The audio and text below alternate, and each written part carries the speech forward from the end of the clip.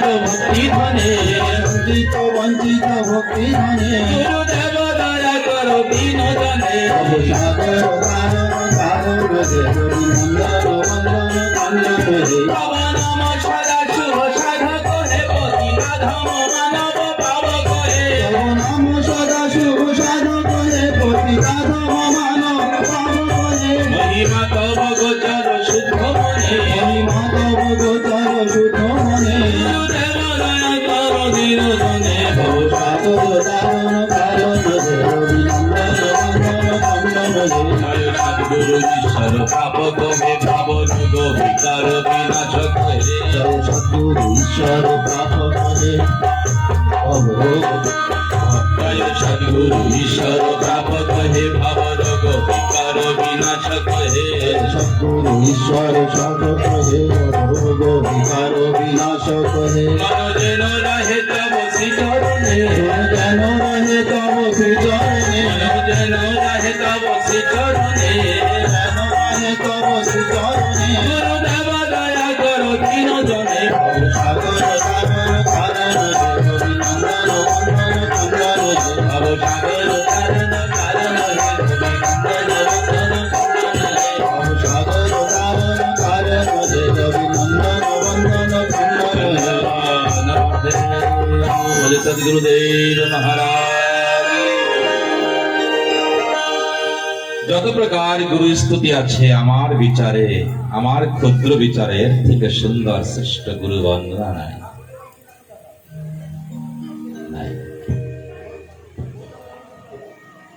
মনবারণ শাসন অঙ্কুশ হে গুরুদেব দয়া করো দীন জনে। রিপুসূদন মঙ্গল নায়ক হে সুখ শান্তি বরা ভয়দায়ক হে। রিপুসূদন মঙ্গল, এ আমার যে রিপু, ষড়রিপু, ষড়রিপু সাইদন শত্রু নিত্য আমাকে বিপত্তির দিকে নিয়ে চলছে। নিত্য আমাকে যে বিপত্তির দিকে নিয়ে চলছে, আমাকে শুভ কর্ম করতে দিচ্ছে না, অশান্তির দিকে নিয়ে চলছে, এই রূপকে শোধন করার যে নায়ক সে তুমি। সুখ শান্তি পরা ভয় দায়ক হবে। আমি যে অসুখের মধ্যে রয়েছি, আমি যে অশান্তির মধ্যে রয়েছি, আমি যে অসুখের মধ্যে রয়েছি, আমি যে অশান্তির মধ্যে রয়েছি, এই অসুখ অশান্তির মধ্যে সুখ এবং শান্তি আশীর্বাদ রূপ বড় হয় তুমি দিতে পারো, আর কেউ পারে না। ত্রয় তাপ হরে তব নাম গুণে, সচ্চিদানন্দ রূপায় বিশ্বৎপত্তাদি হে তবে, তাপত্রয় বিনাশায় শ্রীকৃষ্ণায় বয়ং নমঃ। তাপত্রয় বিনাশায়, এখানে কি বলছে? তাপত্রয় বিনাশ হয় যে কৃষ্ণের নামে, সেই কৃষ্ণকে প্রণাম করে। এখানে কি বলছে? কৃষ্ণস্বরূপম, গুরু কৃষ্ণ বৈষ্ণব তিনি এক দেহ, ইথে না করিও সন্দেহ। গুরু কৃষ্ণ বৈষ্ণব তিনি এক দেহ, দেখতে তিন রকম, কারুর সঙ্গে কারুর মেশেই না। কৃষ্ণের ত্রিভুজ মুরলীধর আদভূত শ্যাম সুন্দর, গুরুদেবের সঙ্গে মিশছেই না, বৈষ্ণবের সঙ্গে তো বেশই না। এক বৈষ্ণব একরকম। কোন বৈষ্ণব দিনে 3 বার সেবা করে, কেউ 2 বার সেবা করে, কেউ 1 বার সেবা করে, কেউ 9 দিনে সেবা করে। আমি এক বৈষ্ণব মহোদয়ের সঙ্গে ছিলাম, 9 দিনে 1 বার সেবা করে সে, 9 দিনে 1 বার। কেউ 2 ঘন্টা ঘুমায়, কেউ 3 ঘন্টা ঘুমায়, কেউ শুয়েই থাকে। এক মহাপুরুষকে জানতাম, সে মহাপুরুষ নেই। বাইরে যখন থাকতো তখন সুন্দর নীতি নিয়ম আদি সবকিছু করতো, মালা করতো, জপ করতো, ধ্যান করতো, ব্রত করতো। সেই বৃন্দাবনে যাবে সব সমাপন, না নাম করবে, না ধ্যান করবে, না মালা করবে, না জপ করবে, না গায়ত্রী করবে। জিজ্ঞাসা করা হয়েছে কি হয়েছে ভাই, এগুলো কেন করো? বলে বৃন্দাবনে আসার জন্য এগুলি করা হয়, বৃন্দাবনে এসেছি আর কেন করবো কি? বৃন্দাবনে এই জবাব সমস্ত কিছু কিসের জন্য করেছি? বৃন্দাবনে আসার জন্য। একবার ভগবানের চরণ প্রান্তে চলে এসেছি, রাধারানীর কোলে এসে গেছে, আমার জপ নাই তপ নাই। এবার যদি কিছু জপ তপ আমার জন্য মঙ্গল করার ইচ্ছা সে করবে, আমার দরকার নেই। বৈষ্ণবের ক্রিয়াকলাপ কে বলবে? বিজ্ঞ না বুঝলে কেউ বলছে না। ত্রেতাপ হরে তব নাম গুণী গুরুদেব দয়া কর দীন জন। হ্যাঁ, ওটাকে সরিয়ে রাখলে আমারও ভালো হয়, আমারও অসুবিধা হচ্ছে দেখতে। যখন আসরে বসেছি,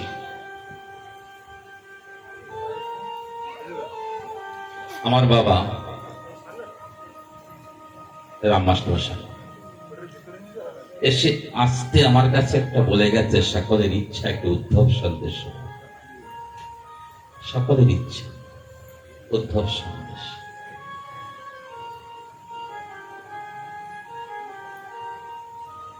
উদ্ধব ভগবানের প্রিয় ভক্ত। আকাশের কি অবস্থা? ভালো।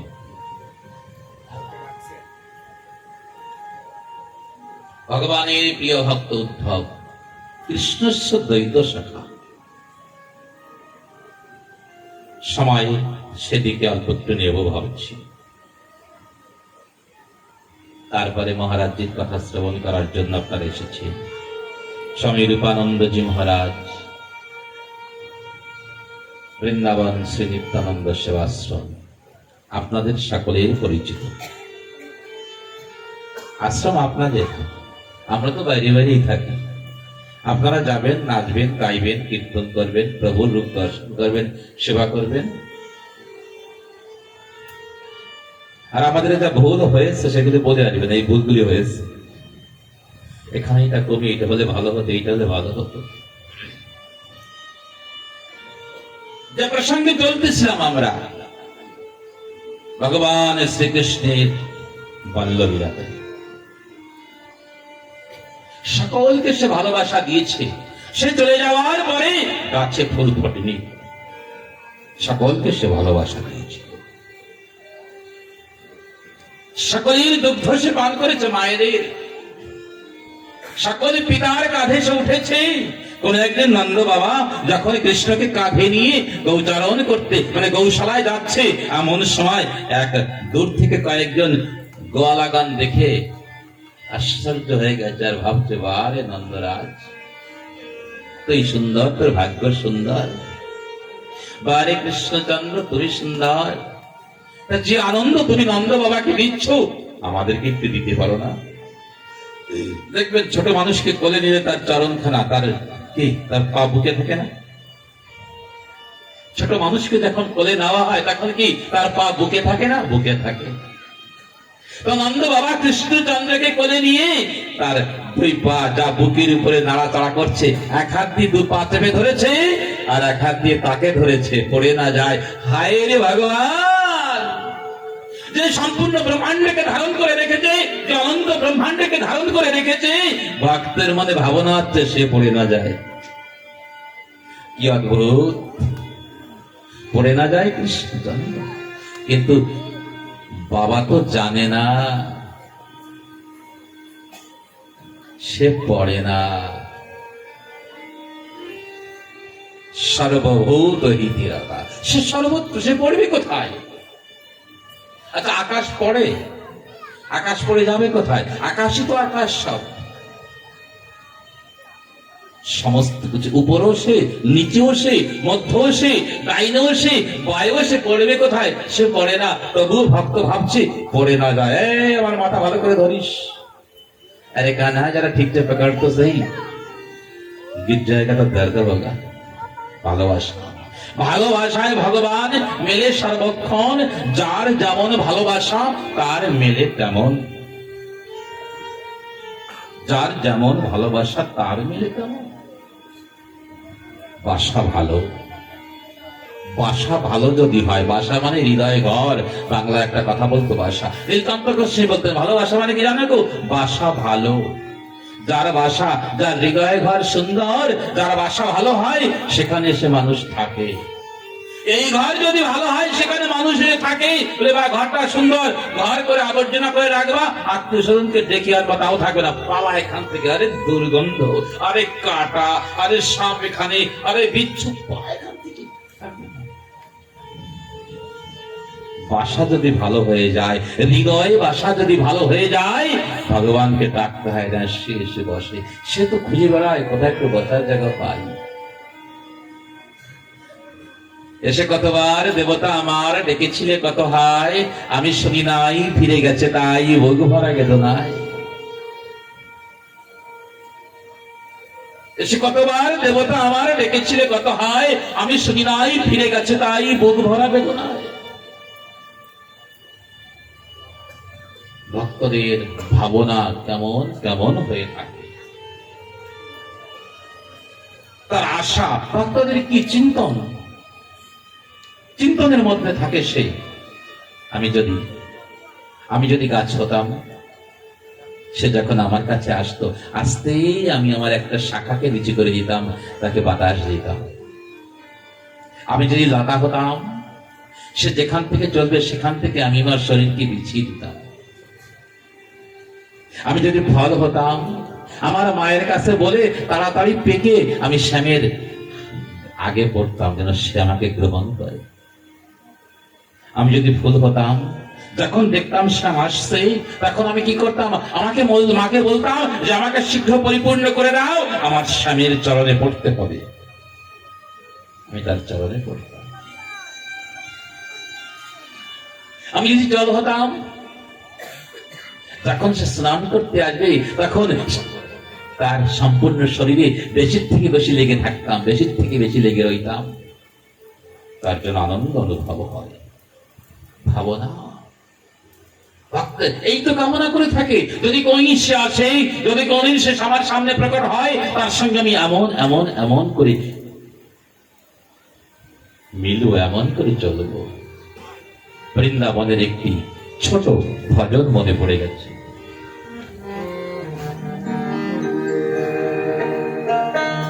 तेरे संग में रहेंगे ओ मोहना, तेरे संग में रहेंगे ओ मोहना, तेरे संग में रहेंगे ओ मोहना, ओ मोहना प्यारे मोहना, ओ मोहना प्यारे मोहना, तेरे संग में रहेंगे ओ मोहना।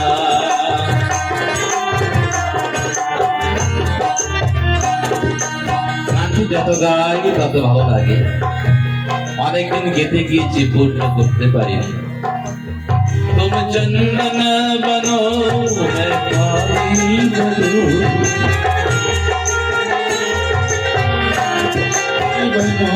तुम चंदन बनो मैं पानी बनूं, बनो पानी बनूं, तुम चंदन बनो पानी बनूं,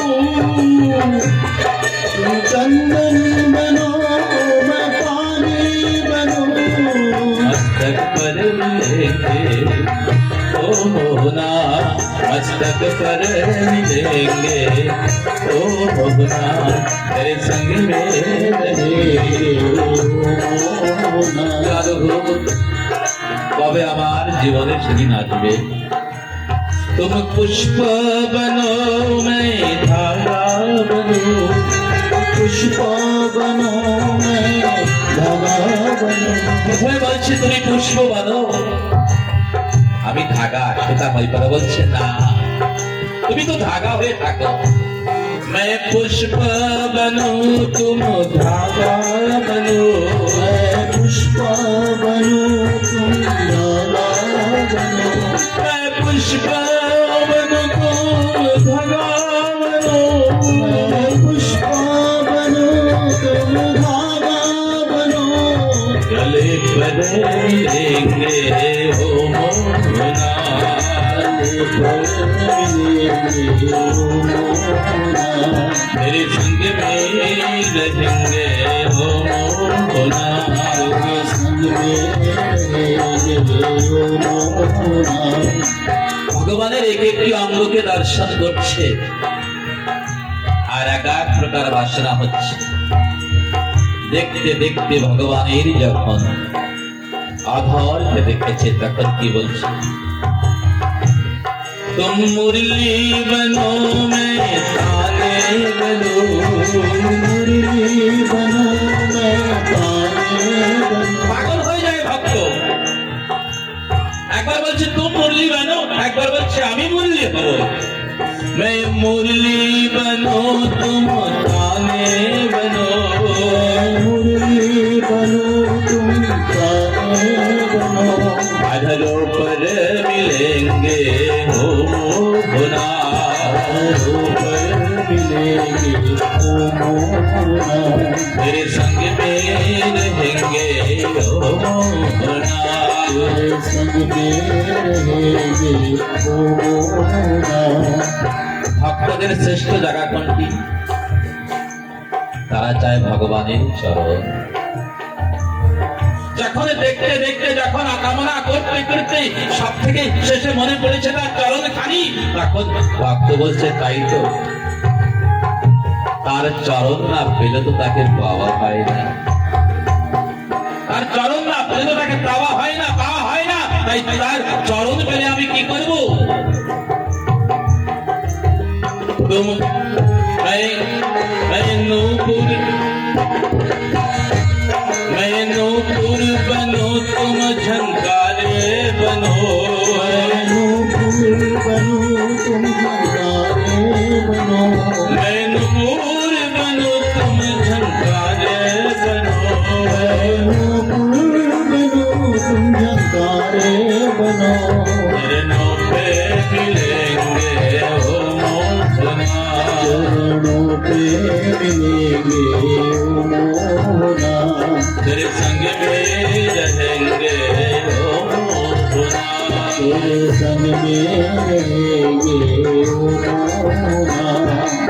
ओ मोहना करे मोहना, ओ मोहना करे मोहना।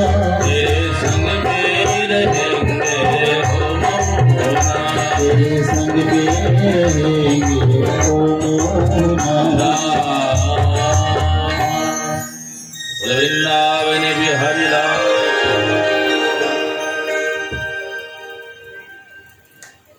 बोले भक्तवत्सल भगवान। সম্পূর্ণ পৃথিবীতে দেখেছি আমরা ভগবানের জন্য কারি, ভাগবতে দেখেছি ভগবান ভক্তের জন্য কান্না করছে। ভাগবতে কি দেখেছি? ভগবান কান্না করছে ভক্তের জন্য। ভগবান শ্রীকৃষ্ণ বৃন্দাবন থেকে মথুরায় গমন করে কংসকে বধ করে কারাগার থেকে বসুদেব দেবকী আদি সকলকে কারামুক্ত করেছে। তৎপশ্চাৎ উগ্রসেনকে পুনরায় রাজ সিংহাসনে অধিষ্ঠান করেছে। গুরুগৃহে গিয়েছে,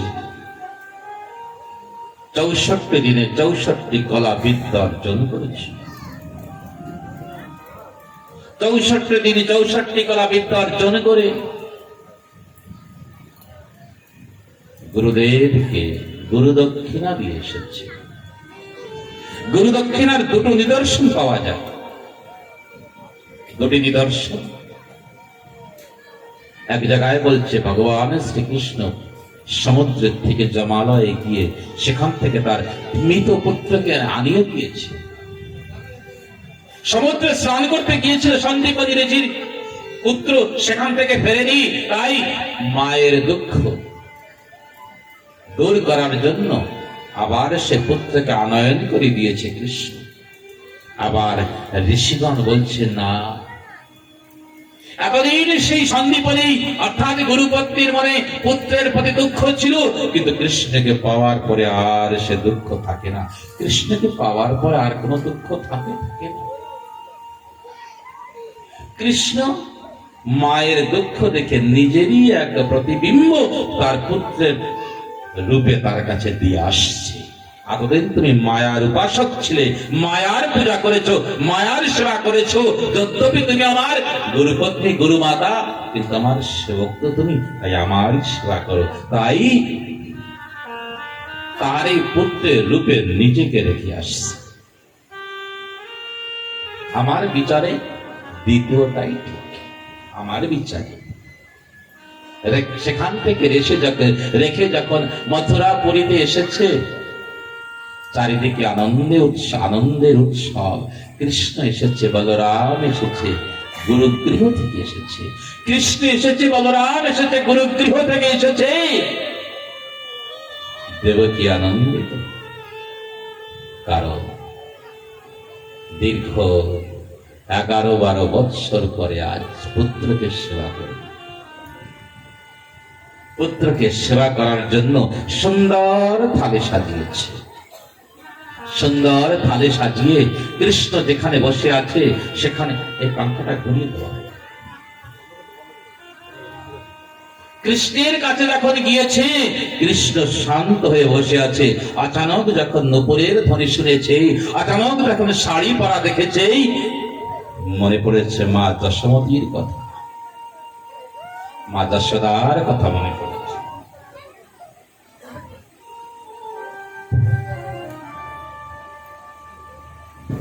মা যশোদার কথা যখন মনে পড়েছে, যখন তাকিয়ে দেখে মা দেবকী। দেখার সঙ্গে সঙ্গে তার দৃষ্টির নিচে এসে থালের পরে পড়েছে। দেখে তার হাতে সুন্দর ভোজনের থালি,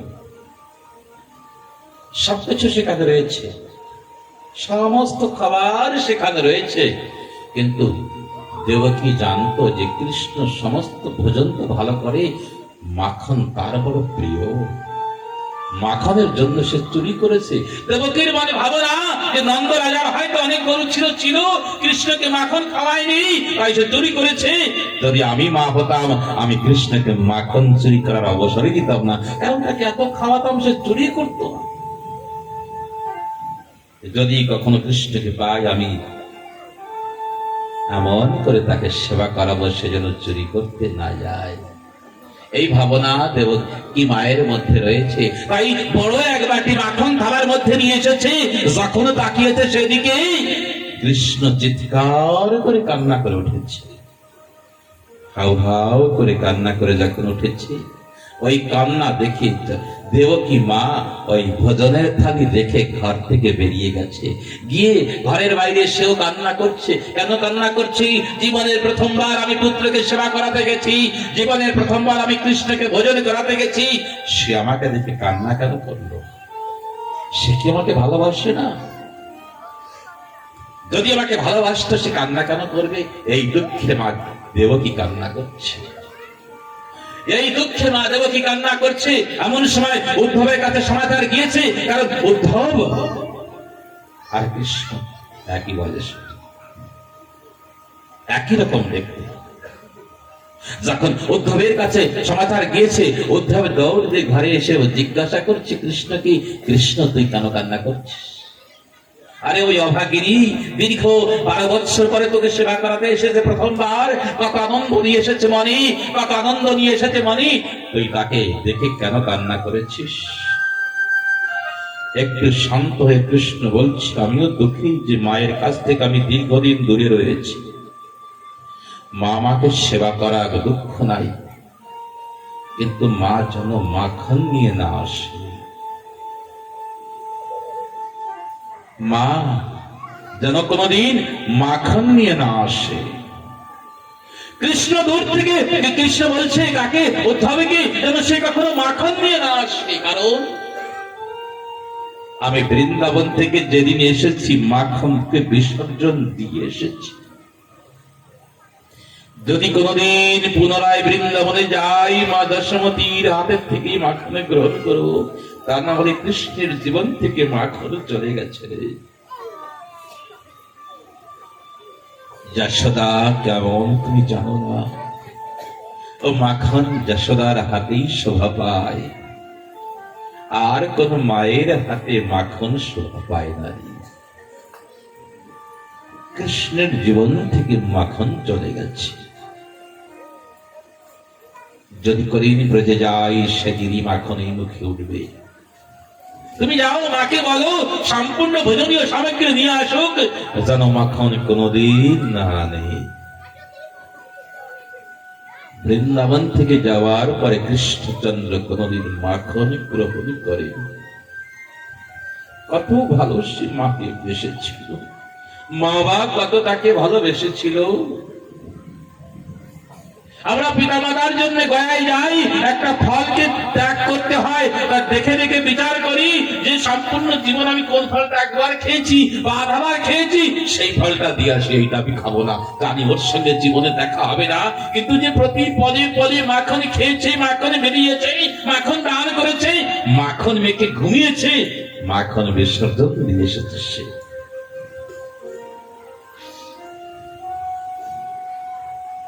উদ্ধব ভাবছে, উদ্ধব জানত বৃহস্পতির শিষ্য সে, কৃষ্ণ কি সে জানত? ঐশ্বর্য ধর্ম যশ ত্যাগ বৈরাগ্যের প্রতিমূর্তি, ষড়ৈশ্বর্যের প্রতিমূর্তি কৃষ্ণ, ঈশ্বর পরম কৃষ্ণ সচ্চিদানন্দ বিগ্রহ, এ উদ্ধব জানত। তাই বলছে, যার সেবা সম্পূর্ণ জগৎ করে, যার সেবা সম্পূর্ণ জগতে করে, যার স্তুতি সম্পূর্ণ জগতে করে, যার জন্য সমস্ত জগৎ কাঁদে, সে আজ একটি মানুষের জন্য কাঁদছে, সে মানুষটি কেবল একটু দেখতে পেলে ভালো হতো। শেষ মহেশ গণেশ যার স্তুতি করে, সম্পূর্ণ বেদ যার স্তুতি গায়, ইয়াম ব্রহ্মা বরুণেন্দ্র রুদ্র মর্তুস্তুতি दिव्य यस्तदै वेदै सांग पाद क्रमंग स्पतिशतर्गन्ति याम समगा ध्यान अवस्थित तद्गतेन मनसा पश्यन्ति यं योगी यशन्तं अविदुषुरशगणा देवाय तस्मै। বিশেষ মহেশ গণেশ যার স্তুতি করে, আজ সে একটা মানুষের জন্য কাঁদছে, একবার একটু দেখতে পেলে ভালো হতো। বৃন্দাবনের জন্য কৃষ্ণের মন ব্যাকুল। পরদিন সকাল বেলায় উদ্ধবকে ডেকে বলছে, উদ্ধব আমার একটা প্রিয় কাজ করবে, তুমি বলো। তুমি একটু বৃন্দাবনে যাও না, দেখে এসো না আমার প্রিয়গণ কেমন আছে, যাও দেখে আসো। বলছে আর চোখ মুছছে,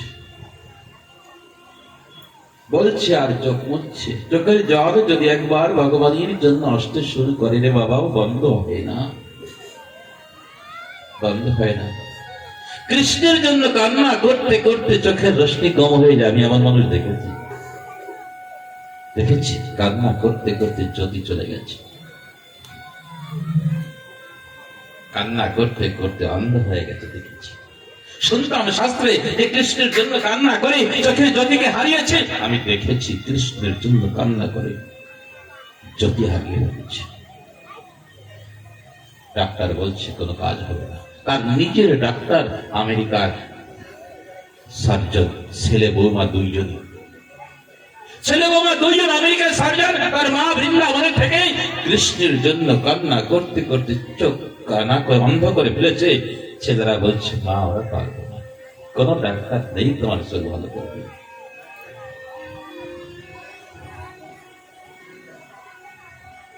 কৃষ্ণ এই তো সেই দিন কোথায় বেতুলে গিয়েছিলাম, বেতুলে গিয়েছিলাম। বেতুলে গিয়ে বাটকিডো মন্দিরে কৃষ্ণ কথা হয়, একটা গ্রামের নাম বাটকিডো, কৃষ্ণ মন্দির, সেখানে কৃষ্ণ কথা হয়েছে। সেখানকার পূজারী আমাকে অনুষ্ঠানের পরে পরে একজনকে বলছে, এখানে বহু ভাগবত আগে হয়েছে, কিন্তু এ কি ভাগবত হয়েছে? আগে ভাগবত হয়েছে, মাঝে মাঝে চোখে জল এসেছে, কিন্তু এবার চোখের জল মসজিদ বন্ধ হচ্ছে না। আমাদের সেবা হয়ে গেছে, অনুষ্ঠানের পরে কীর্তন করার পরে আমরা সেবা করছি, তারপরে সে কাউকে বলছে এবার যে কি কৃষ্ণ কথা হয়েছে, চোখের জল মুছতেছি তা বন্ধ হচ্ছে না জল। আমি শুনছি হাত ধোয়ার সময়। তাই ভগবান শ্রীকৃষ্ণ চোখের জল উদ্ধব ভাবছেন একবার যাই তো দেখি তারা কেমন। তাদেরকে বলবো তোমরা কৃষ্ণের জন্য আমারও মনে করবে না, কৃষ্ণের জন্য মনে করবে না, এই জগৎ ভালোবাসার কাছে বাধা, তারা ভালোবাসে তাই ভগবানকে কাঁদতে হচ্ছে। আমি তাদেরকে বোঝাবো যে কৃষ্ণের জন্য চিন্তা করবেন না, সে ভগবান বলছে আমি যাই। ভগবানের শ্রীকৃষ্ণ যখন ভগবানের শ্রীকৃষ্ণ উদ্ধব যখন যাবে তখন তাকে নিজের পোশাক দিয়ে সাজিয়ে দিয়েছে, নিজের পোশাক, নিজের রাজবেশ, নিজে হাতেই পরিয়ে দিয়েছে, তার জুতো পরিয়ে দিয়েছে, তার ধুতি পরিয়ে দিয়েছে, তার পোশাক পরিয়ে দিয়েছে, তার কিরিট দিয়েছে, তার গলার হার দিয়েছে, বাঁশি দেয়নি শুধু। উদ্ধব বৃন্দাবনের পথে প্রবেশ করেছে। ভগবান শ্রীকৃষ্ণ কিছু দূরে এসে বলছে, উদ্ধব তুমি যখন বৃন্দাবনে যাবে দেখবে আমার গরুগণ কেমন আছে, কেমন আছে আমার সামলি দাওয়ালি দেখবে। আমাকে দেখলে তারা নিজের বাছুর দুধ খাওয়া অবস্থায় ফেলে রেখে ছুটে এসে আমার গাছ চেটে চেটে দিত। দেখবে আমি তাদের জড়িয়ে ধরতাম, তাদের দুগ্ধপান করেছিলাম। শ্যামলী কেমন আছে না, কেমন আছে আমার পিতা নন্দ, কেমন আছে আমার শাখা বিন্দু, কেমন আছে আমার মাতা নন্দ রানী। উদ্ধব দেখে আয়, দেখে আসবে সেই বৃক্ষগণ কেমন আছে। জানো যখন আমি চলতাম বৃক্ষ গাছ থেকে, বৃক্ষ তার ডাল থেকে পুষ্প ছেড়ে দিত, যে আমার পায়ে কণ্টক না লাগে, কাতর না লাগে, আঘাত না লাগে, ব্যথা না লাগে, তাই তার মোলায়েম যে ভক্ত পুষ্প ছেড়ে দিত। সেই লতাগুলিকে তুমি তাকিয়ে দেখবে, মনে হয় আমি আসার পরে আর ফুল ফোটেনি গাছে, মনে হয় আমার আসার পরে গাছে ফল হয়নি। আমার শাখাগণকে দেখবে, হয়তো যাওয়ার সময় দেখবে তারা হয়তো খেলা করছে, তাদেরকে ডেকে বিঘ্ন করবে না, কারণ আমার অবর্তমানে আমি তাদেরকে নিয়ে যে খেলা খেলতাম, আমার সেই খেলাকে অনুকরণ করে তারা খেলছে, তাদের সেই ধ্যান অবস্থাকে ভগ্ন করবে না।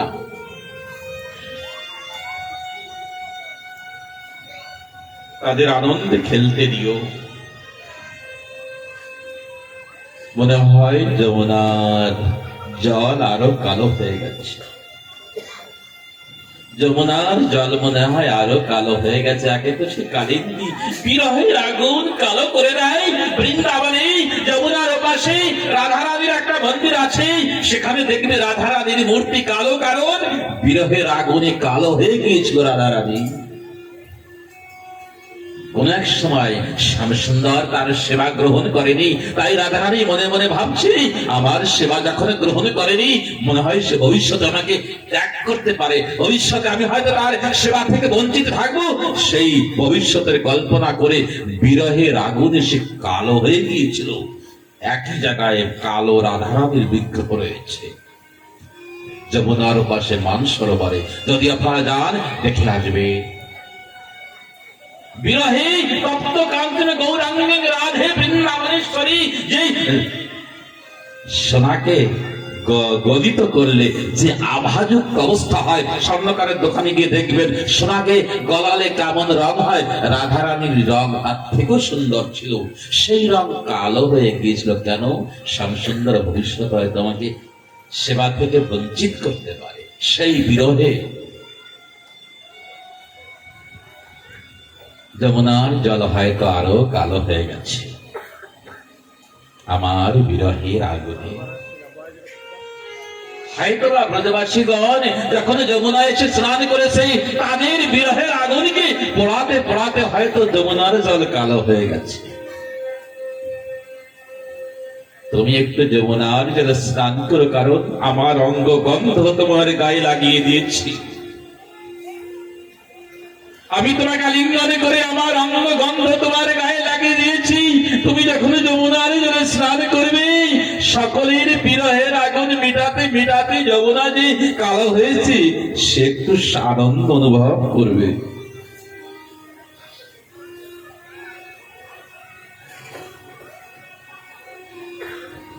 তারপর তুমি আমার পিতা মাতার কাছে যেও। কৃষ্ণ প্রণাম করছে দেখে প্রণাম করো, প্রণাম করে সে অভাগা পিতাকে, প্রণাম করে সে অভাগিনী মাকে। সে জানে না আমি কে। সরলা আমাকে ভালোবেসেছে সে। জানো, আমার বাবা নন্দরাজ যখন গিয়ে বলেছে যে কৃষ্ণ আসেনি, তারপরে সে চোখ বন্ধ করে ওই যে ঘরে বসেছে, আর চোখ খোলেনি, বাইরেও আসে না, কিছু রান্না করেছে না কোনো কিছু করেছে। যে বৃন্দাবনে কৃষ্ণ নাই, যে নন্দগায়ে কৃষ্ণ নাই, সেখানে আর দেখবো কি আমি? আমার তো দেখানোর জন্য আর কিছু নাই, কৃষ্ণই ছিল, আর দেখবো না। ওই যে চোখ বন্ধ করেছে আর খোলেনি, তুমি তাকে গিয়ে প্রণাম করো, প্রণাম করো, তাকে স্পর্শ করো, তোমার ভক্তি হবে উদ্ভব, তোমার জ্ঞান পরিপূর্ণ আসবে, জ্ঞানের পরিপূর্ণতা আসবে, ভক্তির স্পর্শ পেয়ে। সে ভক্তি নয়, ভক্তি দেবীর বরেণ্য, ভক্তি দেবীও আমার মা যশোদাকে স্পর্শ করতে সাহস পায় না। ভক্তির যে দেবী, নববীণা ভক্তির যে দেবী, সেও আমার মা যশোদাকে স্পর্শ করতে সাহস পায় না, যে যশোদার স্পর্শ করলে আমি থাকতেও পারি, নাও থাকতে পারি, তাই তুমি আমার মাকে স্পর্শ করো। সন্ধ্যার সময় রথ নিয়ে প্রবেশ করেছে কে? উদ্ধব। উদ্ধব যখন বৃন্দাবনের দিকে রওনা করেছে, বারবার পিছের দিকে তাকিয়ে দেখে কি দাঁড়িয়ে রয়েছে আমার শ্যামসুন্দর একটা মূর্তির মতো। শ্যামসুন্দরের বারবার মনে হচ্ছিল দৌড়িয়ে যাই উদ্ধবের সাথেই, দৌড়িয়ে যাই উদ্ধবের সাথে, উদ্ধবের সাথে নয়, উদ্ধবের আগে গিয়ে বৃন্দাবনের এই রাস্তায় গিয়ে ডেকে বলি, মা আমি এসেছি, আমার মিত্র শাখাগণ দেখো আমি এসেছি। কিন্তু অভিশাপ তাই যেতে পারেনি, নিজেকে বেঁধে রেখেছে। আজ প্রথমবার নিজেকে শক্তিহীন মনে হচ্ছে।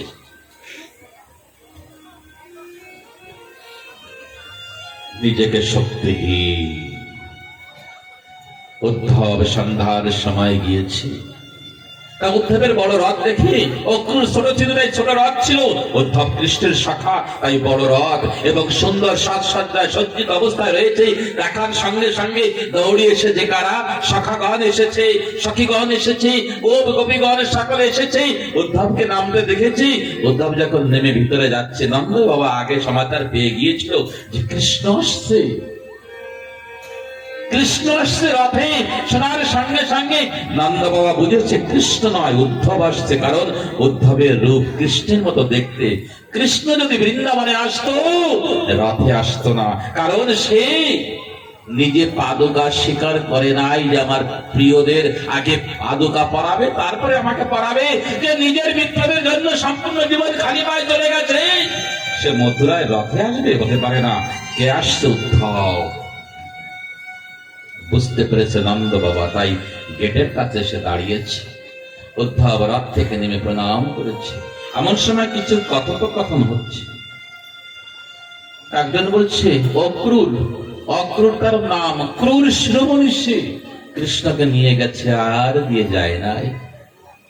একজন বলছে কৃষ্ণকে নিয়ে গিয়েছিল, কংসকে মারিয়েছিল, কংসের মনে হয় যজ্ঞ কার্য হচ্ছে, তাই শ্রাদ্ধ ক্রিয়া করার জন্য খুব সম্ভব কারো হৃৎপিণ্ডের প্রয়োজন, তাই বৃন্দাবনে এসেছে ব্রজবাসীদের হৃৎপিণ্ড নিয়ে সেই যজ্ঞ আহুতি দেওয়ার জন্য। এমন কর্কশ বচন উদ্ধবের কানে লাগছে। যেমন বলতে পারে, শুনেছিলাম যে ব্রজবাসীগণ সুন্দর, শুনেছিলাম ব্রজবাসীরা মিষ্টি কথা বলে, শুনেছিলাম ব্রজবাসীদের মুখে কৃষ্ণ নাম ছাড়া কিছু থাকে না, কিন্তু এ হেন কর্কশ বচন যা আমি জীবনে শুনিনি। উদ্ধব ভাবছে, কিন্তু উদ্ধব জানে না যে কত কষ্টের পরে আজ কথা বেরিয়েছে। কৃষ্ণ যাওয়ার পরে তো এদের মুখ থেকে কথাও চলে গেছে, নৃত্য চলে গেছে, গান চলে গেছে, বাজনা চলে গেছে, ভোজন চলে গেছে, সব শব্দ চলে গেছে, সবই চলে গেছে, শুধু নিজেরা যেতে পারছে না, তাই রয়ে গেছে। নন্দ বাবা যখন ভিতরে নিয়ে বসিয়েছে, জিজ্ঞাসা করেছে কৃষ্ণ কেমন আছে? বলছে ভালো আছে। বলে কৃষ্ণ গুরুকুল থেকে ফিরেছে? বলে ফিরেছে। কৃষ্ণের মাতা দেবকী বসুদেব কেমন আছে? বলছে ভালো আছে। কৃষ্ণের শাখাগণ, ওখানকার পার্ষদগণ কেমন আছে? ভালো আছে।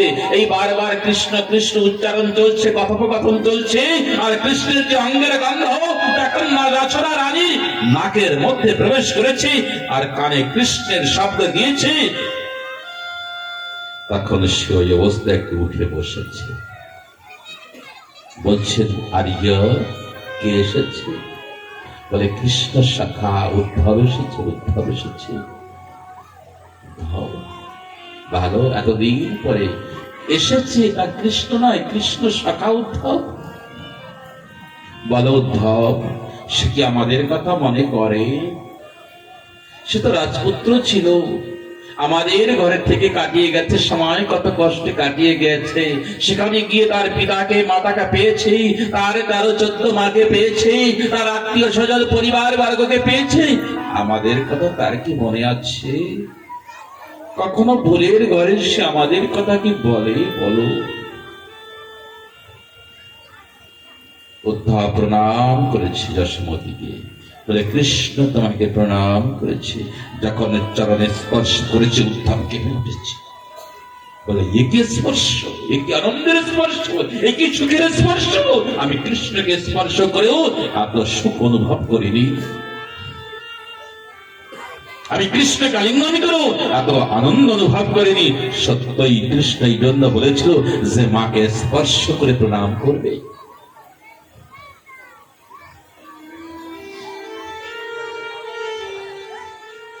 উদ্ধব বলছে, নন্দ বাবা তুমি তো ভাগ্যবান। বলছে ভাগ্যবান কিসে? বলছে তুমি জগৎ বরেণ্য, জগতের মানুষ তোমার পূজা করবে, দেবতাগণ তোমার পূজা করে। দেবতাগণ পূজা করে কেন আমাকে? আমি তো ভাগা। বলছে না, তুমি যাকে পুত্র মনে করো সে পুত্র নয়, সে বিশ্বের মালিক, সে কৃষ্ণ, সে ভগবান। যখন বলেছে তখন উদ্ধবের কথা শুনে নন্দ বাবা বলছে, উদ্ধব তুমি বলছো কি? তুমি আমাকে ভাগ্যবান বলছো? তোমার ব্রজে আসা উচিত হয়নি উদ্ধব। বলে কেন? বলে এতদিন জানতাম আমরা, এতদিন আমরা জানতাম কি জানতাম? কৃষ্ণ আমাদের পুত্র।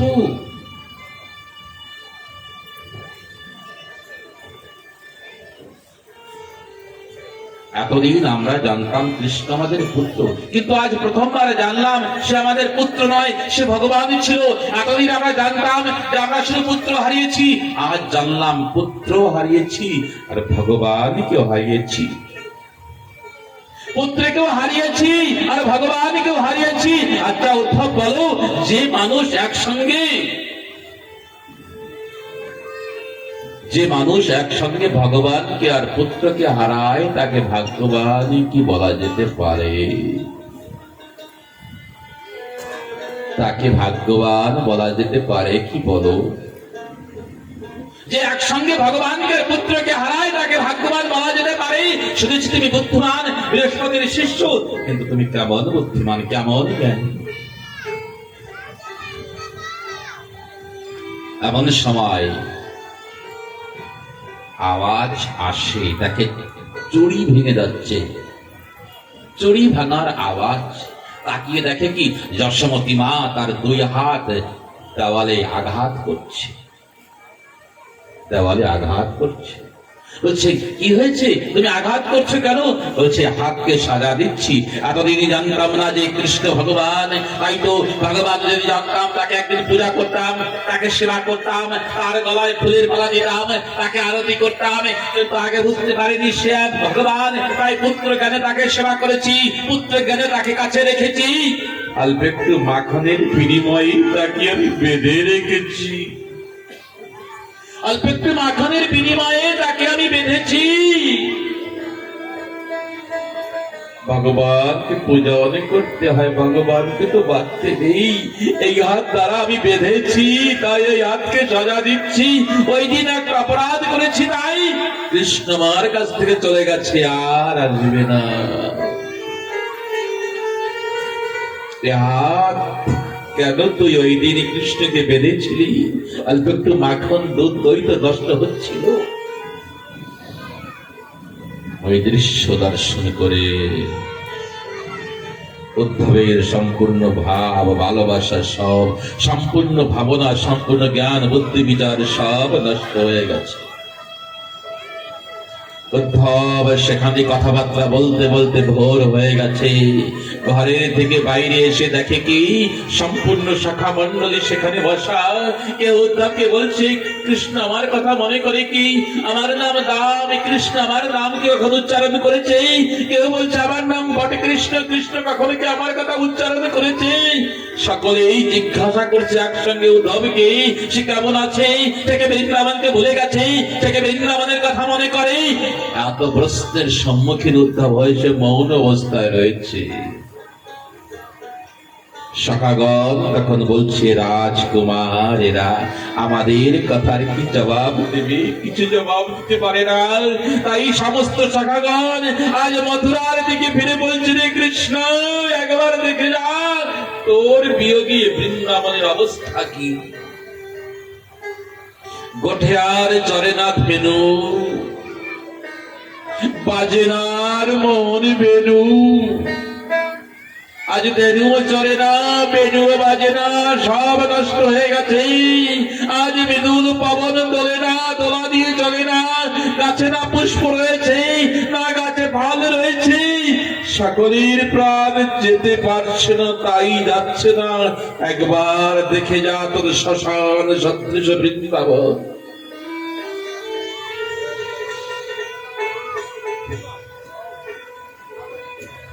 নন্দন কানন থেকেও যে সুন্দর বৃন্দাবন ছিল, নন্দন কানন থেকে হাজারে কত সুন্দর যে প্রাকৃত বৃন্দাবন ছিল, যেখানে 6 ঋতু একসঙ্গে জাগ্রত ছিল।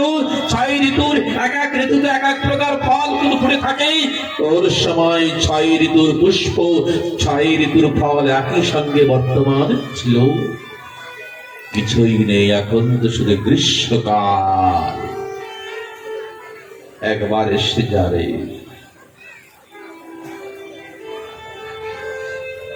একবার এসে যাও।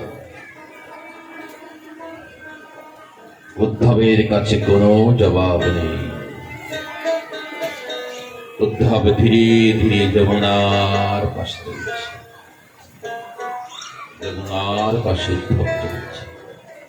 ভোর হয়ে গিয়েছে, ব্রজবাসিনীগণ উঠে যার যার নিত্য ক্রিয়া করছে, আর কেহ কৃষ্ণের উদ্দেশ্যে গুনগুন করে গান করছে।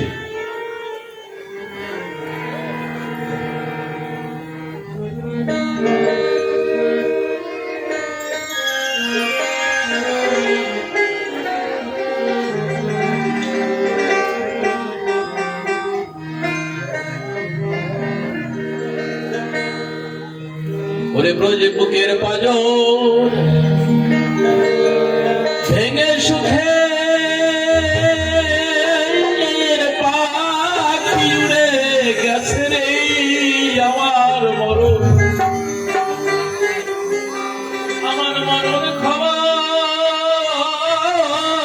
কইও পরাণ বন্ধুর, পরাণ বন্ধুর কাছে।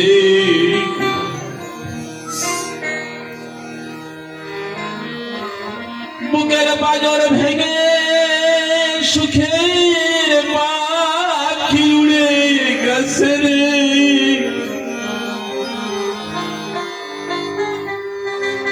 আমার মরণ খবর কইও রে পরাণ বন্ধুর কাছে। প্রিয়জন যখন হারিয়ে যায়, যার হারিয়েছে সে জানে।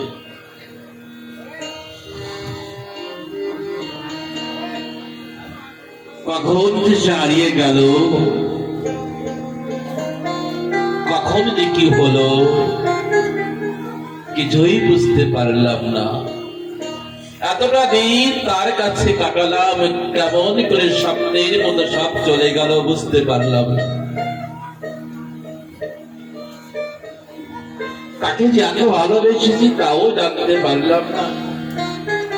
তাকে যে কখন এত ভালোবেসেছি তাও বুঝতে পারিনি। ভেবেছিলাম একবার ভালোবাসার কথা তার কাছে বলবো, তাও বলতে পারিনি। মরে যাই দুঃখ নাই, কিন্তু একটা দুঃখ, মরি যদি তাই রে ক্ষতি। প্রাণে প্রাণে রইল আশা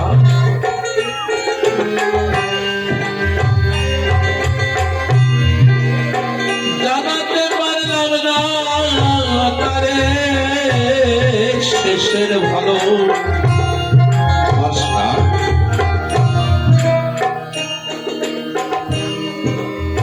মরি যদি গাইলে ক্ষতি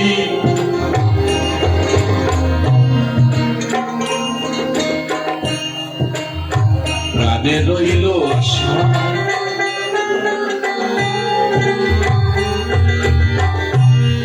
জানাতে পারলাম না তারে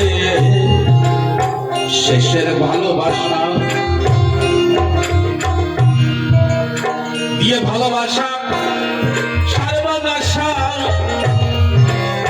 পাগল করে গেছে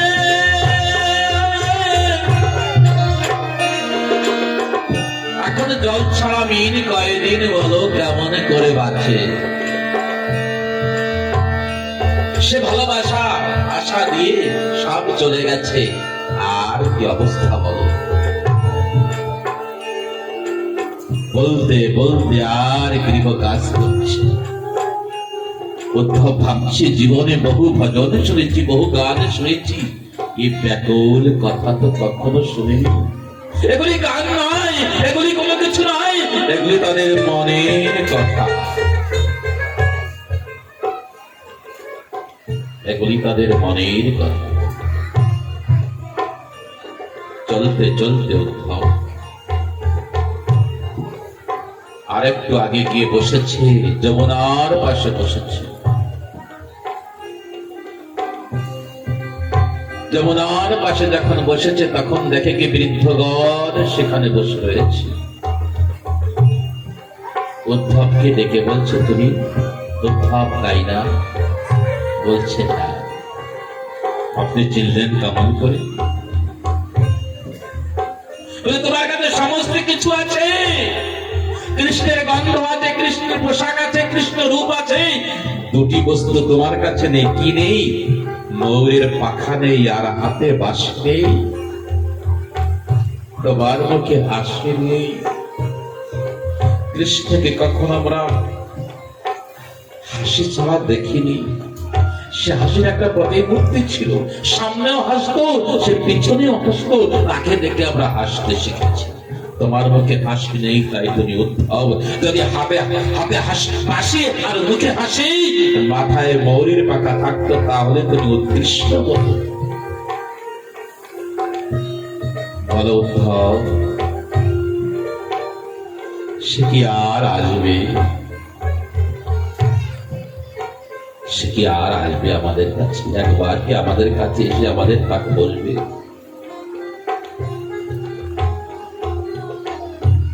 জানো তাকে ভোলার জন্য আমরা ঘর থেকে বাইরে আসি তাকে ভোলার জন্য তাকে মনে করবো না দেখি ঘর থেকে বাইরে আসি কিন্তু এমন বৃন্দাবনী কোথায় আছে যে নেই গোবর্ধনের কাছে যাই দেখি তার চরণ চিহ্ন রয়েছে গোবর্ধনে যমুনার কাছে যাই দেখি যে কদম বৃক্ষ যমুনার কাছে যাই দেখি যে কদম বৃক্ষ এখন বিভিন্ন প্রান্তে যাই এমন কোন বৃক্ষ আছে যার নিচে সে বসে নাই এমন কোন লতা আছে তাকে সে স্পর্শ করে নাই এমন কোন বালি আছে যাকে সে চরণ দ্বারা স্পর্শ করে তাকে তার স্পর্শ সুখ প্রদান না করেছে বলো কোথায় যাব আমাদের আর তো যাওয়ার জায়গা নেই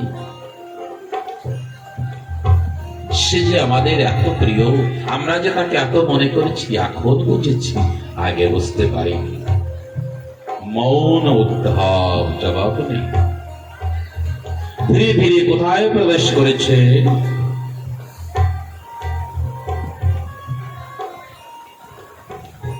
কোথায় প্রবেশ করেছে নিধুবনে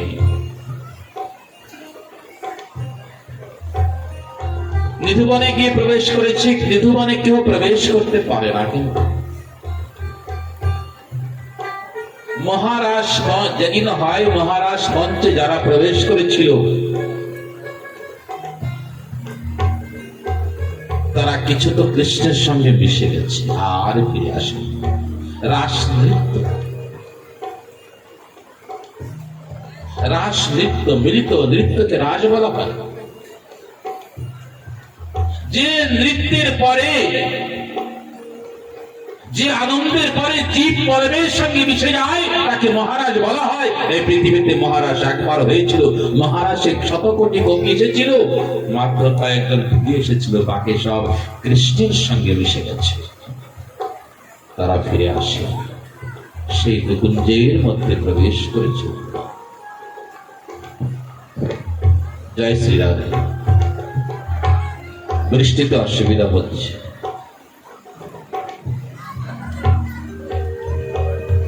দুটি আজ বৃষ্টি পড়া দেখে মনে হচ্ছে কৃষ্ণ যেদিন চলে গিয়েছিল আকাশ এমন করে কেঁদেছিল। সেদিন যেদিন বৃন্দাবন থেকে চলে গিয়েছিল হয়তো আকাশ এমন করে কেঁদেছিল, বাতাস এমন করে কেঁদেছিল। আজ এই দেখে মনে হচ্ছে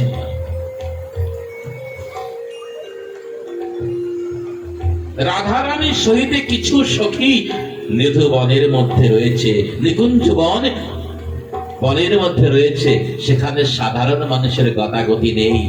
যোগমায়া সুন্দর সুরক্ষা প্রদান করে রেখেছে, সাধারণ সেখানে যেতে পারে না। উদ্ধবের করুণায় প্রবেশ করেছে, এই কৃষ্ণের করুণায় উদ্ধব প্রবেশ করেছে সেখানে।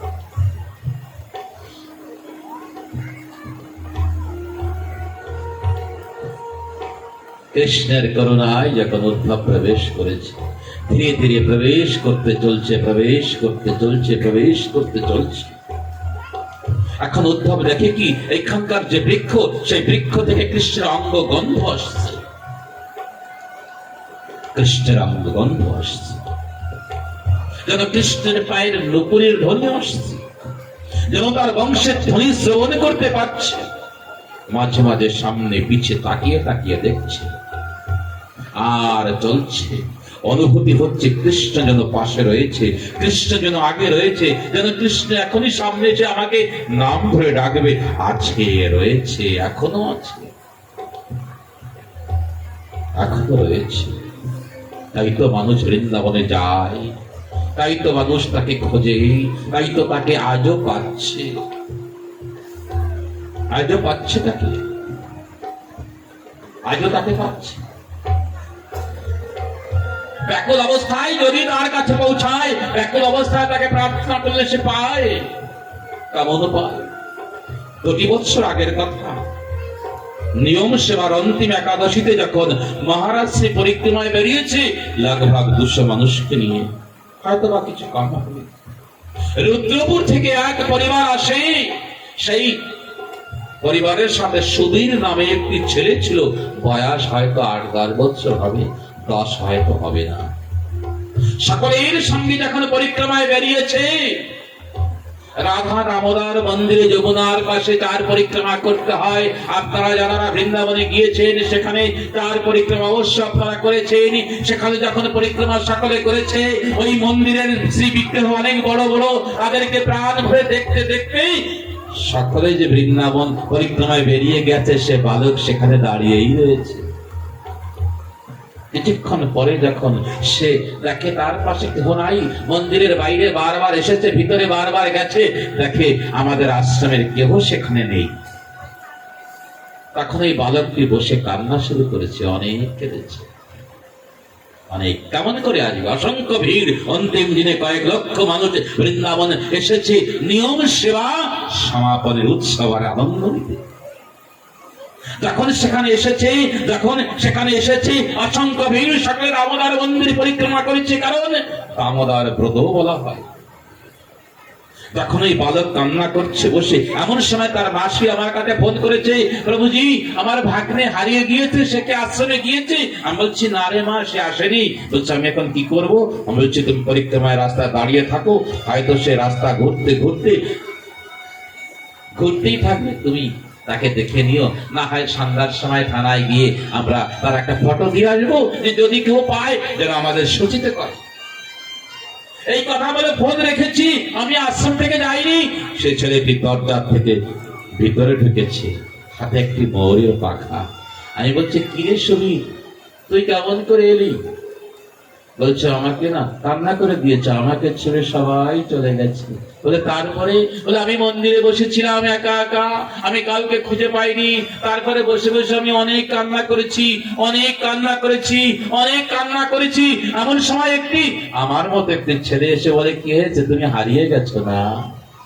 বলে, হ্যাঁ আমি হারিয়ে গেছি, সবাই আমাকে ছেড়ে চলে গেছে। বলছে, এখন তুমি কি করবা? বলে, আমি আশ্রমে যাব। এখন এই ময়ূরের পাখাটা আমাকে দিয়েছে, বলছে পাখাটার দিকে তাকিয়ে তুমি হাঁটবে, তুমি যেখানে আছো সেখানে পৌঁছে যাবে। তাই পাখার দিকে তাকিয়ে আমি হাঁটতে শুরু করেছি, আমি আশ্রমে চলে এসেছি। বলে, কতক্ষণ হেঁটেছো? বলে, বেশি সময় হাঁটিনি, অল্প সময় হেঁটেছি। বলে, বৃন্দাবনে বিহারী লাল কি, অল্প সময় হেঁটেছি। আমি বলছি, তুমি তোমার ময়ূরের পাখা রেখে দেবে, এই তো স্বপন। সেও ছিল, তুমি তোমার ময়ূরের পাখাটি রেখে দেবে, কাউকে দেবে না। তোমাকে রাধা দামোদর জি নিজে এসে ময়ূরের পাখা দিয়ে গিয়ে বলে গেছে, আপনারা জানেন নিত্যানন্দ সেবাশ্রম আর দামোদর মন্দিরের মাঝখানে লগভগ 2.5 কিলোমিটারের ব্যবধান। হেঁটে আসতে 20 মিনিট লাগে, ভিড়ের মধ্যে হেঁটে আসতে তো আধা ঘন্টা বেশি লাগে, কিন্তু অল্প সময়ের মধ্যে সে চলে এসেছে। আজও মানুষ সে দিব্য আনন্দকে অনুভূতি করছে। তারপর উদ্ধব বৃন্দাবনে নিথুবনের মধ্যে প্রবেশ করে, গিয়ে রাধারানীর সঙ্গে দর্শন হয়। মূর্ছিত অবস্থায় পড়ে রয়েছে। সখী অঙ্কি হেম্বপুর রসনায় আবাস, পানিতাল ধরাতাল শেষ দশাদশ। উদ্ধব গিয়ে যখন দাঁড়িয়েছে, রাধারানী মূর্ছিত অবস্থায় দর্শন করছে। বৃন্দাবন থেকে কোনো ভ্রমর উড়ে এসে রাধারানীর চরণ বন্দনা করছে, তাকে বারবার পরিক্রমা করছে, বারবার তার চরণ বন্দনা করতে যাচ্ছে, বারবার তার চরণকে স্পর্শ করতে যাচ্ছে। আর সেই ভ্রমের সঙ্গে রাধারানী কথোপকথন করছে যে, ভ্রমর তুমি আমাকে স্পর্শ করো না, আমাকে স্পর্শ করার অধিকার তুমি হারিয়েছ। কারণ শর্টপথ তুমি, শর্টপথ কাকে বলা হয়? যে ছলনা করে তাকে শর্টপথ বলা হয়। তুমি ভ্রমর, তুমি ছলনাকারী, তুমি এক এক ফুল থেকে মধু নিতে থাকো, এই জন্য তোমার এক নাম ভ্রমর, এই জন্য তোমার শর্টপথ, এই জন্য তোমাকে শর্টের শ্রেষ্ঠ বলা হয়। তোমার শাখার মতো তুমি, সে আমাদের সকলের ভালোবাসা গ্রহণ করেছে, সকলের কাছ থেকে দূরে চলে যাচ্ছে। ভাগবতে, শ্রীমদ ভাগবত মহাপুরাণে ভ্রমর গীত অনেক বড় রয়েছে। যদি কখন অবসর হয়, ভ্রমর গীতের মধ্যে প্রবেশ করব, ভ্রমর গীতের মধ্যে প্রবেশ করব। আর আমি উদ্ধব সন্দেশের মধ্যে বেশি প্রবেশ করব না। একেতে বৃষ্টি চলছে, সকলের মন আমাদের ব্যস্ত হয়ে গিয়েছে। আবার যদি কখনো সময় হয়, তখন এর পরের অংশের মধ্যে প্রবেশ করব। শেষের অংশে, শেষের কৃষ্ণের সঙ্গে, কৃষ্ণের দ্বিতীয় রূপ রাধা রানীর সঙ্গে উদ্ধবের কথোপকথন হয়। ভ্রমর গীতের পরে উদ্ধবজি রাধা রানীর সঙ্গে থাকে, রাধা রানীর সঙ্গে কথোপকথন হয়। বারবার উদ্ধব বলেছে, কৃষ্ণ তোমাদের জন্য কান্না করে, কৃষ্ণ তোমাদের জন্য কান্না করে, তোমরা যেমন তার বিয়োগে ব্যাকুল রয়েছ, কৃষ্ণ তোমাদের জন্য কান্না করে। এই শব্দটি যখন শুনেছে ব্রজবাসীগণ অর্থাৎ গোপীগণ আনন্দ পেয়েছে মনে মনে। প্রাকৃতিক একটা নিয়ম, আমি যাকে ভালোবাসি সে যদি আমাকে ভালোবাসে, শ্রবণ করি আনন্দ হয়। আমি যার জন্য কাঁদি সে যদি আমার জন্য কাঁদে, আনন্দ হয়। 8 মাস উদ্ধব কাটিয়ে দিয়েছে বৃন্দাবনে। এখন রাধারানী বলছে, উদ্ধব তোমাকে যেতে হবে না, তুমি যাও, তোমাকে যেতে হবে। তোমার জন্য একজন পথ চেয়ে বসে আছে, আমি জানি। তোমাকে পাঠিয়ে দেয়নি, তোমার মধ্যে সে বৃন্দাবনে এসেছে, তাই বৃন্দাবনের বার্তা পাওয়ার জন্য সে ব্যাকুল হয়ে রয়েছে। তুমি যাও, সেখানে গিয়ে ব্রজের বার্তা বলো। উদ্ধবের সেই জ্ঞান বৈরাগ্য ভাবনা সব চলে গেছে, সেই মাথার টিপ চলে গেছে, রাজবেশ পরিধান হয়ে রাজবেশ নষ্ট হয়ে গেছে, ধুলায় গড়াগড়ি দিয়ে বৃন্দাবনের ধুলিকে অঙ্গের ভূষণ করে আজ মথুরার দিকে রওনা করছে। নন্দ বাবা, যশোমতী, শাখাগণ, সখগণ সকলের কাছ থেকে বিদায় নিয়ে শেষে যখন রাধা রানীর কাছ থেকে বিদায় নিতে এসেছে, রাধা রানী তখন বলছে, উদ্ধব একটি কথা শোনো, তোমার কাছে একটি প্রার্থনা। বলে, রাধে তুমি আমার কাছে প্রার্থনা করছো? বলছে, হ্যাঁ। কি প্রার্থনা? তুমি কেন প্রার্থনা করবে? আমি এতদিন করে জানলাম আমার মিত্র আর তুমি এক, ভগবান সে শক্তি তুমি, তুমি আদেশ করবে, কেন প্রার্থনা করবে? বলছে, না, একটি প্রার্থনা। কি প্রার্থনা? তুমি বৃন্দাবনে এসে যা দেখেছো তার কিছু তার কাছে বলবে না। মানে মানে বুঝলাম না। উদ্ধব বলছে, মানে এই, আমরা যে তার জন্য কাঁদি এ কথা তুমি তাকে বলবে না। আমরা যে তার জন্য কাঁদি এ কথা তুমি তাকে বলবে না। আমাদের মুখ থেকে যে হাসি ফুরিয়ে গেছে এটা তুমি বলবে না। আমাদের চোখ থেকে যে ঘুম হারিয়ে গেছে এটা তুমি বলবে না। আমরা যে মৃত্যু প্রায় হয়ে রয়েছি এটা তুমি বলবে না।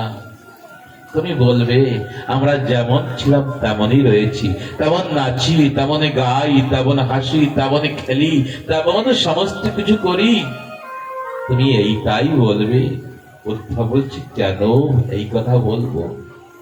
বলছে, তখন রাধা রাধে বলছে, উদ্ধব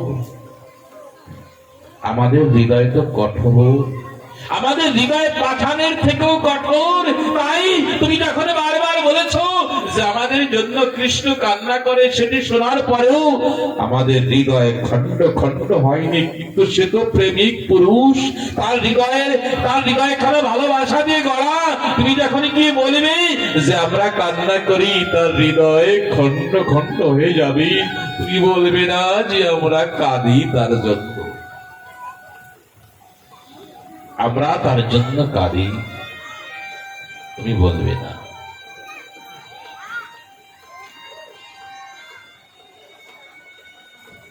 শোনার সঙ্গে আজ প্রথমবার উদ্ধবের চোখে জল এসেছে। বলে, হে রাসেশ্বরী, হে প্রেমের মূর্তি, হে ত্যাগের মূর্তি, আজ আমি জেনেছি কৃষ্ণ সেখানে এমন করে কেন কাঁদে। আজ আমি বুঝেছি ভগবান কেন কাঁদে।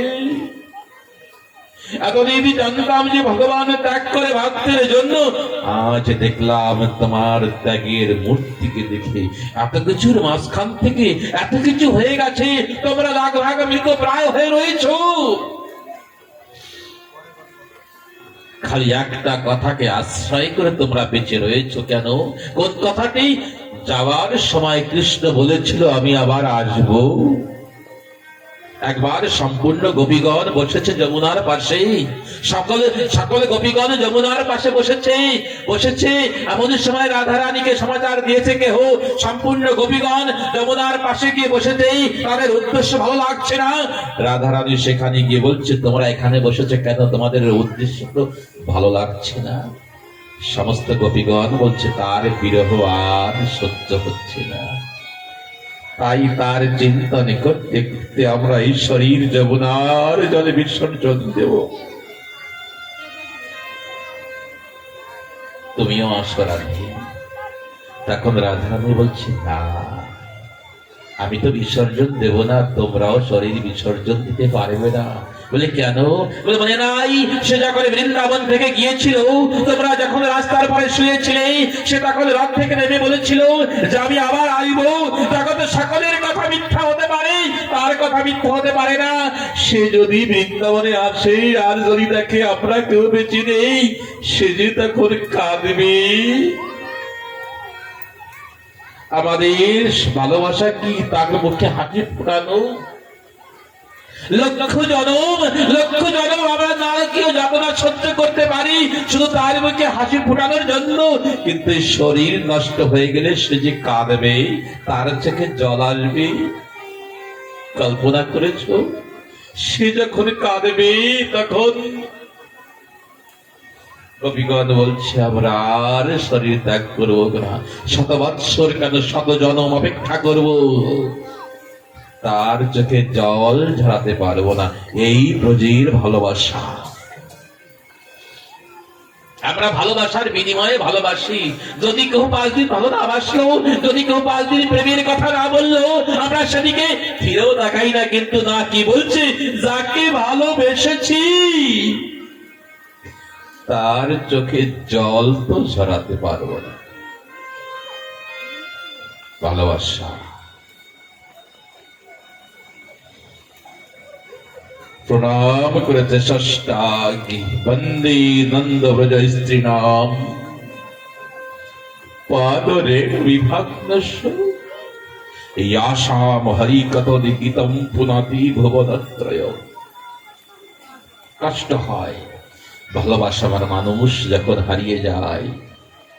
এই জগতের সকলেই আমরা কাউকে না কাউকে ভালোবেসেছি। যাকে ভালোবেসেছি সে যখন হারিয়ে যায় তার জন্য কত কান্না মনে। তাই না, কাঁদি সকলেই আমরা কাঁদি। কেন কাঁদবো না? ভালোবাসা দিয়ে জগৎখানা গঠিত। সাধারণ একজন মানুষ যদি হারিয়ে যায়, কামনা যুক্ত মানুষ হারিয়ে গেলে এত কান্না হয়, আর যদি পরমেশ্বর দূরে যায় তখন কেন কাঁদবে না? তখন কেন কাঁদবে না? উদ্ধব তখন বলেছে বন্দে নন্দ ব্রজে স্ত্রী নাম। আমি বৃন্দাবনের যে মানুষ তাদেরকে প্রণাম করার সামর্থ্য নেই, বৃন্দাবনের যে গোপী তাদের প্রণাম করার সামর্থ্য নেই, তাদের যে চরণ সেই চরণকে প্রণামকে করতে পারি না, তাদের চরণের সঙ্গে যে ধূলির স্পর্শ হয়েছে আমি সেই ধূলিকে স্পর্শ করি। ও বন্দে নন্দ ব্রজ স্ত্রী নাম পাদ রেণু বিভাগ্নস। তাদের চরণের সঙ্গে যে কাদের ব্রজ গোপী, তারা কারা? যারা কৃষ্ণ চিন্তনে সব হারিয়েছে, তারা যারা কৃষ্ণের জন্য আজও পর্যন্ত বেঁচে রয়েছে, তারা যারা অনন্তকাল কৃষ্ণের মুখে হাসি ফোটানোর জন্য বেঁচে থাকে, তারা তাদের চরণের ধূলিকে আমি প্রণাম করি। যদি কখনো ব্রজে জন্ম হয় তখন যেন বৃন্দাবনের কোন লতা রূপে আমার জন্ম হয়। কৃষ্ণের বাঁশি শ্রবণে করতে করতে উন্মাদের মতো যখন গোপিনীগণ ছুটে যাবে, তাদের সেই কৃষ্ণ চরণে সমর্পিত, কৃষ্ণ চরণে সমর্পিত শরীরের স্পর্শ বা চরণের স্পর্শ পেয়ে আমি আমার লতা জনম সার্থক করব, আমি আমার উদ্ধব জীবন সার্থক করব। সকলকে প্রণাম করে বৃন্দাবনের ধুলিটি গড়াগড়ি দিয়ে সমস্ত গায়ে বৃন্দাবনের ধুলি মাখিয়ে আজ মথুরার দিকে রওনা করেছে। মথুরার দিকে রওনা করেছে। মথুরার বাউন্ডারি ছেড়ে, মথুরার সীমানা, এই বৃন্দাবনের সীমানা ছেড়ে যখন মথুরার সীমানায় প্রবেশ করেছে, যখন মথুরাপুরীর সন্নিকটে গিয়েছে, সেই চিরাকোটার উপর থেকে সব সুন্দর দেখে সেখান থেকে নেমে তীব্র গতিতে দৌড়িয়েছে। দুদিন কৃষ্ণকে দৌড়াতে দেখা গিয়েছে, একদিন সুদামার সহিত মেলার জন্য, আর আজ দৌড়িয়েছে কার? উদ্ধবের সঙ্গে মেলার জন্য। সম্পূর্ণ মথুরা নগরের মানুষ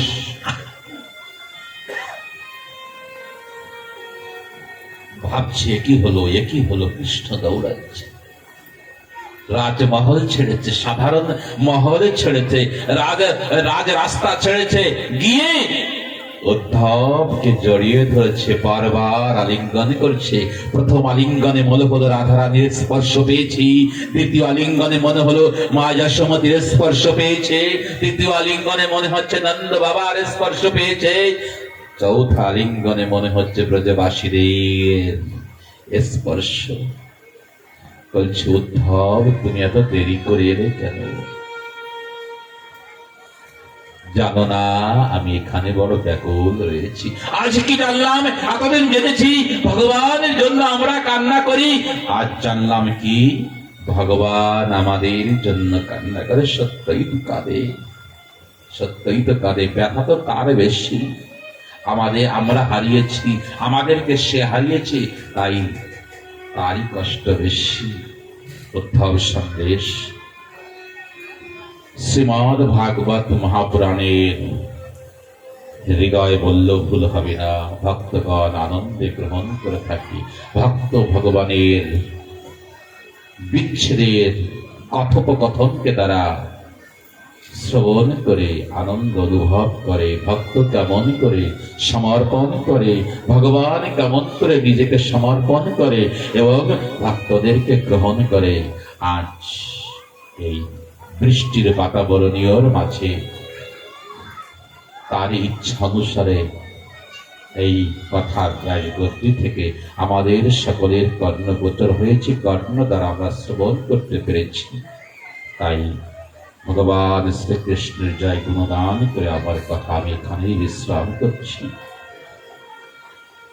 উদ্ধব সন্দেশের লীলাকে পরিপূর্ণ করতে গিয়ে কথার মধ্যে যা ব্যতিক্রম ঘটেছে তার জন্য ভক্তদের কাছে আমি ক্ষমা প্রার্থী। কারণ কোন একটা লীলাকে পরিপূর্ণ রূপে